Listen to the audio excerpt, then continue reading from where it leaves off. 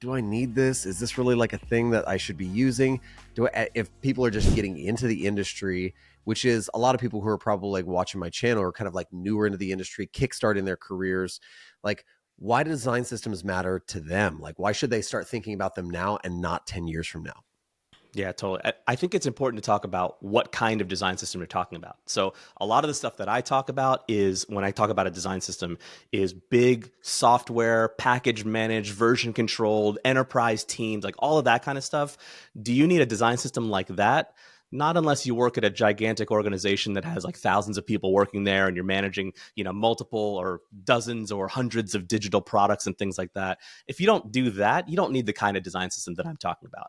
But at some level, any kind of system is useful, no matter if you're a beginner or intermediate or advanced. Like as a new designer, having a handful of templates that I can continue to pull from is so useful. And that's a form of a design system too. So I think it depends what kind of design system we're talking about. At an enterprise scale, it's a very different thing than if you are an agency or a freelancer or you're a designer that's working in-house. So in my book, I cover 7 different kinds of design systems. And so all of them are useful at different stages.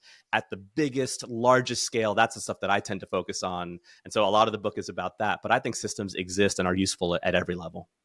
I think it's so cool that you simplified something that a lot of people ask me. I think it's a question a lot of people ask, which is where is the dividing line between these kind of ambiguous terms of style guide, component library, pattern library, design system. And what I love what you did in the book and how you kind of talk about design systems in general is no matter how large or small a system is a system, right? If you have a couple of buttons and you reuse those over and over and over, it's kind of a system. If you have a template that you kind of tweak and change a little bit from one freelance client to another, you kind of have a system. So system is like this great word that's just all encompassing. And it takes a lot of that confusion and ambiguity out of it. I think when you say there is such a thing as really complex systems and there is such a thing as really simple systems. So I really appreciate about the way that you kind of address it. Do you find yourself answering that question a lot, like the complexities of systems?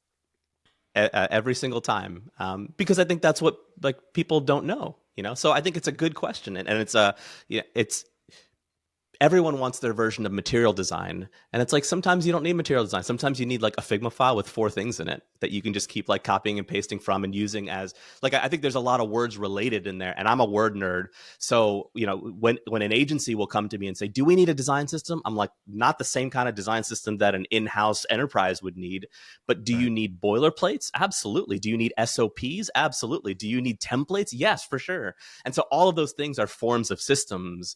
And so that's one that like I spent many years being confused about that stuff and then going in and assuming that what I meant by design system is what somebody else means by design system.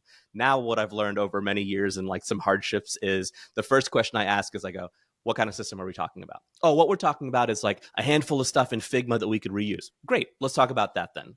Or some people will say, we're talking about a repository that's package managed as this and that. And like, okay, cool. Let's talk about that version of a system then too. So I think just I've used that as a new starting point to go like, what thing are we talking about right now, just so we could be on the same page? And I think that fulfills the promise already of what a design system is. Everybody says like, well, I want like a single source of truth, or I want like a common language. It's like, great, well, let's align on definitions then. Let's just make sure we're talking about the same thing. And then now we can operate from the same place with what kind of system we're talking about.